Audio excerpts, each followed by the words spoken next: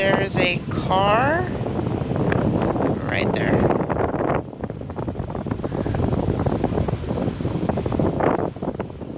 Your finger's not pointy enough. You can see by that sign right there that that's not how high the water is supposed to be.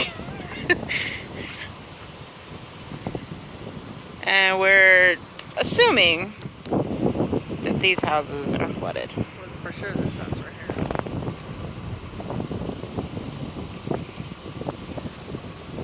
here. Smart.